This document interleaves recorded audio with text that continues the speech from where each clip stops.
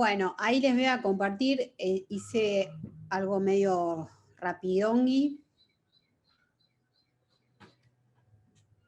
Vamos a poner este. Bueno, acá ustedes tengan en cuenta que cuando nosotros hablamos de lípidos, ¿sí? Vuelvo al inicio de la clase. Nosotros, los alimentos son vehículos para consumir nutrientes, ¿sí? Es uno de los nutrientes de los que nosotros hablamos son las grasas, los lípidos. Pero esas grasas o lípidos se encuentran, por ejemplo, si yo les pregunto, ¿cuáles son las fuentes de grasa que nosotros comemos? ¿Dónde consumimos más grasa, digamos? En el aceite es 100% grasa, ¿sí? Es un vehículo. Ahora, la grasa que está dentro del aceite, la composición química de la grasa que está dentro del aceite, el aceite es todo un tipo de grasa que son triglicéridos, ¿sí? Triglicéridos. La palabra triglicéridos me dice que hay algo que tiene tres, porque es triglicérido. En realidad, el triglicérido, la composición química, es esta que tenemos acá. Es una molécula que se llama glicerina, ¿sí? Que es un carbohidrato, y a esa molécula se le unen tres ácidos grasos, que son estos que estoy mostrándoles acá, ¿sí? Entonces, esto es un solo ácido graso, este es otro, este es otro. Cuando estos tres se unen a esta molécula de glicerina, se transforma en triglicérido, ¿sí? Que es esto que vemos acá. Entonces, las grasas que nosotros comemos tienen triglicéridos, son fuentes de triglicéridos. Ahora, no son, o sea, cuando uno dice, es lo mismo comer un aceite de oliva que comer un aceite de girasol, y no, y siempre dicen, no, es más saludable comer aceite de girasol, aceite de oliva que aceite de girasol, ¿sí? Bueno, ¿por qué son distintos si los dos tienen triglicéridos? O sea, todos los aceites tienen esto, triglicéridos. Lo que va a variar son justamente el tipo de grasas o de ácidos grasos que se le unen a esa glicerina, ¿sí? Es decir, yo tengo distintos ácidos grasos que me van a dar distintos triglicéridos. Y entonces la diferencia está en los ácidos grasos. Y los ácidos grasos se van a caracterizar, ¿sí? Tenemos enorme variedad de ácidos grasos, pero los que más se representan en la naturaleza son estos que tenemos en este cuadradito, ¿sí? Vamos a tener ácidos grasos que van a variar por la cantidad de carbonos que tiene, y eso me va a dar la longitud o lo largo de la cadena, y por si tienen entre ellos unas estructuras que se llaman doble ligaduras. Entonces ahora sí vamos a ver el primero. Esto es un ácido graso. El ácido graso, acuérdense que es el que se le pega al glicerol y forma el triglicérido. Ahora, este ácido graso está formado por una cadena de carbonos larga. Por eso yo voy a definir a los ácidos grasos según la cantidad de carbonos que tiene su cadena, ¿sí?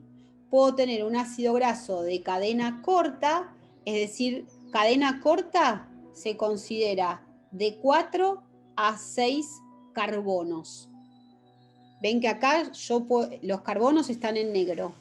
El carbono 1, 2, 3, 4, ¿sí? Entonces, un ácido graso de cadena corta tiene entre más o menos 4 y 6 carbonos, ¿sí?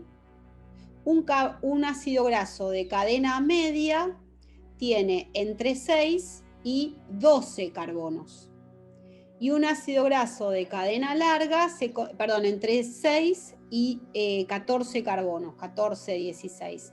Y un ácido graso de cadena larga tiene más de 16 carbonos, ¿sí? Entonces ahí tengo la definición o la primer clasificación. Ácidos grasos de cadena corta, mediana y larga. Entonces, ¿cómo se ve un ácido graso? Como lo tenemos acá. Fíjense, tiene una función ácida, no importa, tiene esta cabecita, ¿sí? Y después tiene una cadena larga de carbonos, toda esta cadena larga de carbonos. Acá tenemos la misma representación. Cada punta, ven que esto es como una línea en zigzag. Cada punta representa un carbono. Entonces acá tenemos ácidos, como ven, son ácidos grasos de cadena larga, porque tienen más de 12 carbonos o de 16 carbonos, ¿sí? Entonces, esa es una forma, una de las características que tiene el ácido graso, la longitud.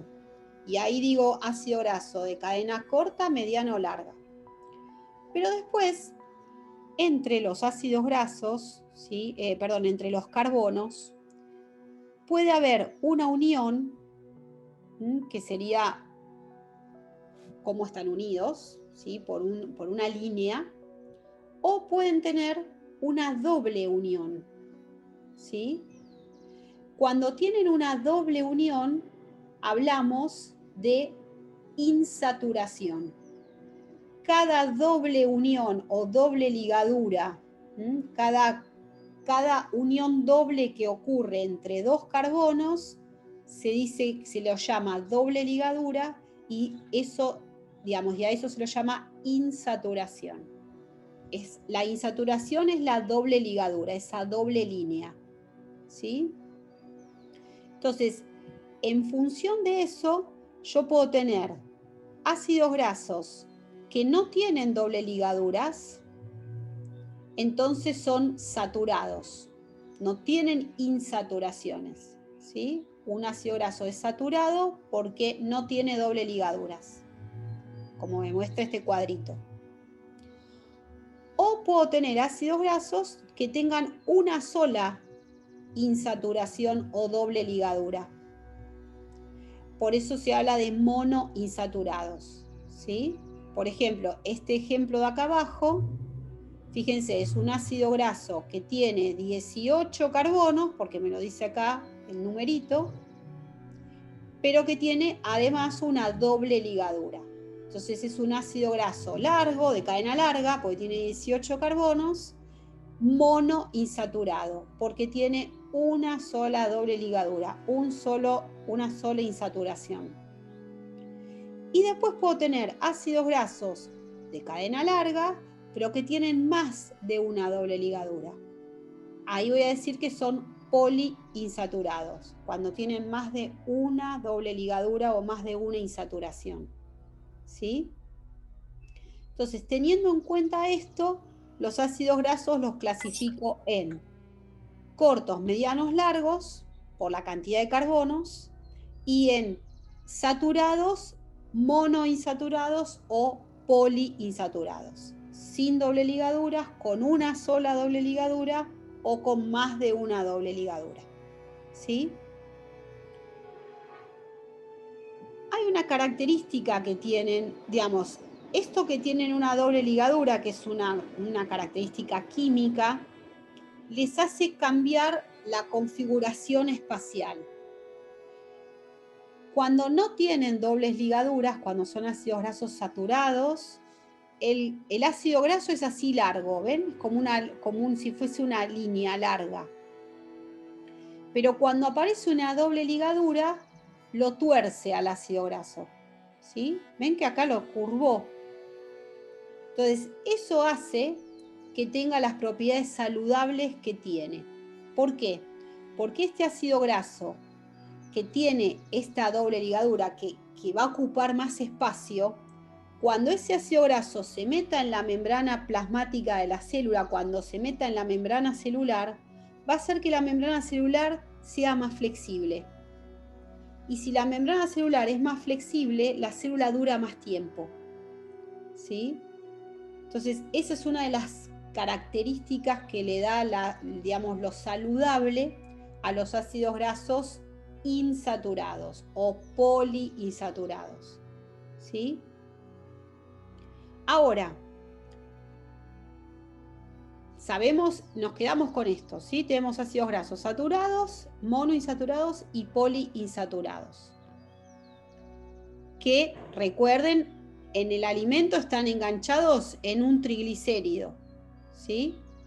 Están enganchados en un triglicérido. Dentro de los ácidos grasos, nosotros, todos los animales, no podemos fabricar los ácidos grasos que son de cadenas largas y que tienen más de una insaturación.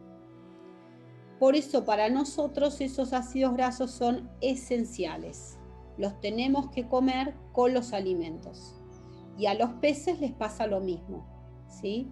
Debemos darle ácidos grasos esenciales. ¿Cuáles son los ácidos grasos esenciales? Los poliinsaturados, ¿sí? De cadena larga. Son ácidos grasos de 18 carbonos, por eso son largos, que tienen por lo menos 2 insaturaciones, ¿sí?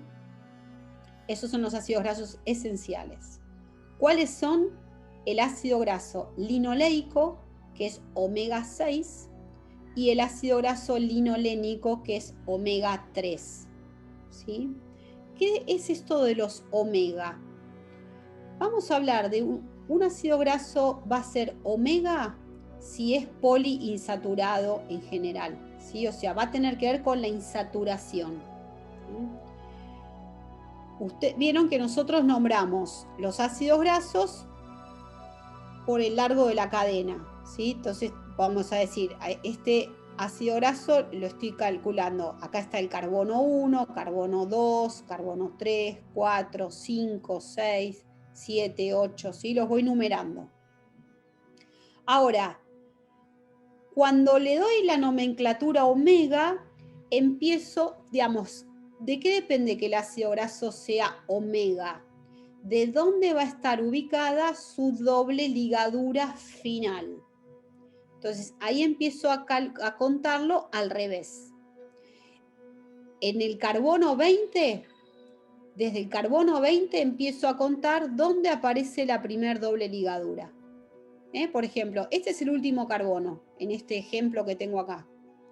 Empiezo a contar dónde aparece la primer doble ligadura. Desde el final. Bueno, este es el carbono 1, arranco de atrás, el carbono 2. En el carbono 3 aparece la primer doble ligadura. Este para mí es un ácido graso omega 3. ¿Por qué? Porque la doble ligadura contada desde el final, la primer doble ligadura contada desde el final, aparece en el carbono 3. Ese es omega 3.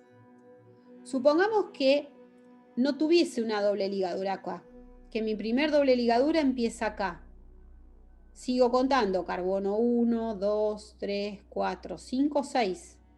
En el carbono 6 aparecería, si no está esta, la primer doble ligadura. Entonces, para mí ese sería un ácido graso omega 6, ¿sí?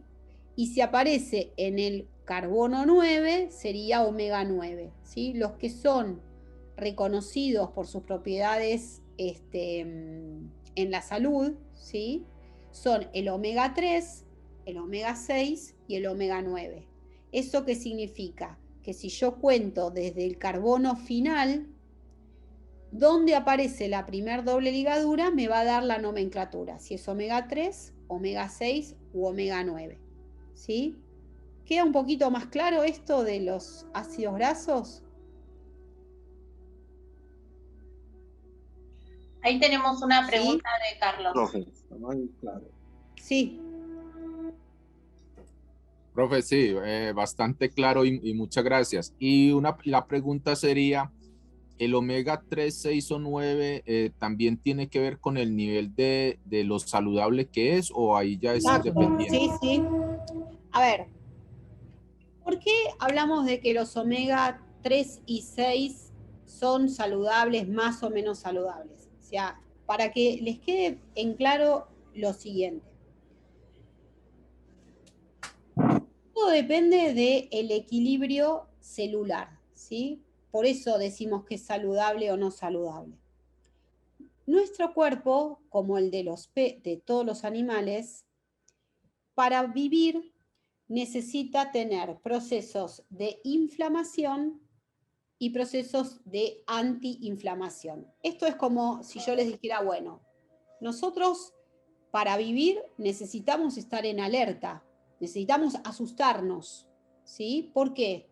Porque el susto nos permite reaccionar ante un peligro, ¿sí? Si yo sé, por ejemplo, estoy cruzando la calle y, y no me asusta el bocinazo de un camión, el camión me pasa por arriba. Entonces, necesito asustarme. Pero una vez que el peligro pasó, necesito volver a la calma, porque si permanezco asustado, todos mis niveles hormonales se van a acelerar y me van a provocar enfermedades por aceleración, ¿sí? Entonces, necesito asustarme, el cuerpo necesita entrar bajo sistema de amenaza, digamos, para frenar ese peligro. Pero una vez que lo frenó, tiene que venir otro conjunto de elementos para volverlo a la calma.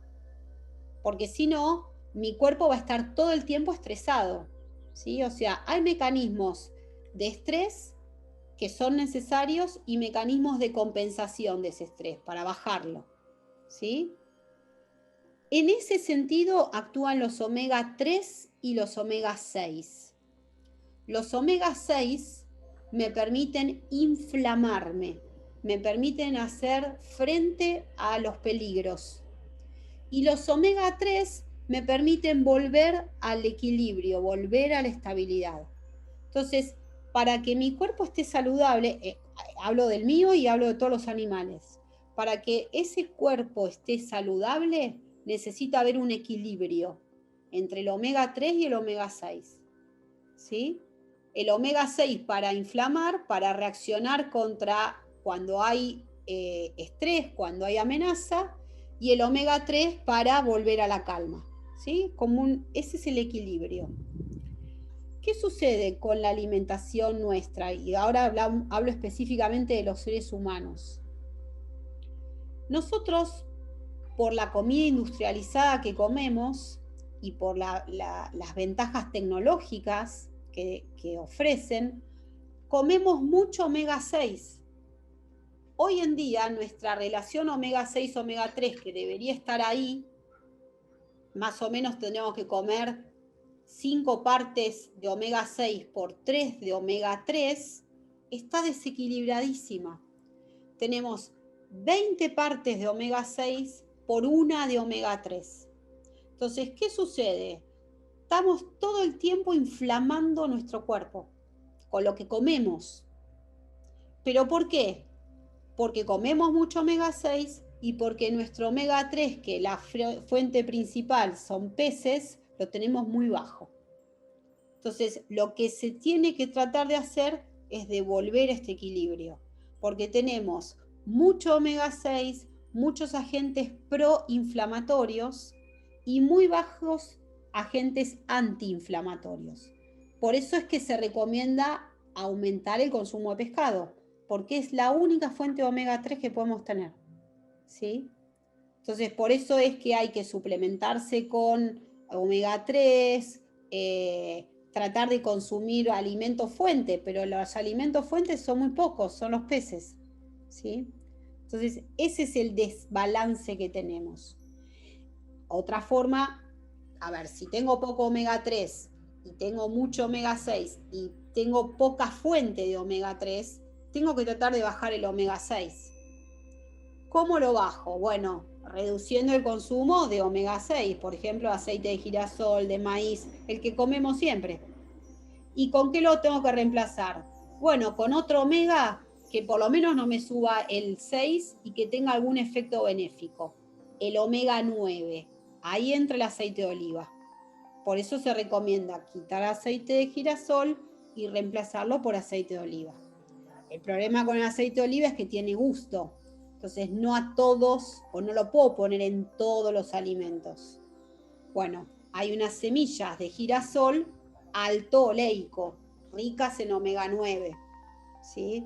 En Argentina se vende mucho el aceite de girasol alto oleico, ¿eh? Pero ese se logra a partir de semillas que fueron modificadas genéticamente, que tienen un alto, tienen de estos ácidos grasos el que es rico en omega 9, el que tiene la doble ligadura primera acá, el carbono 9.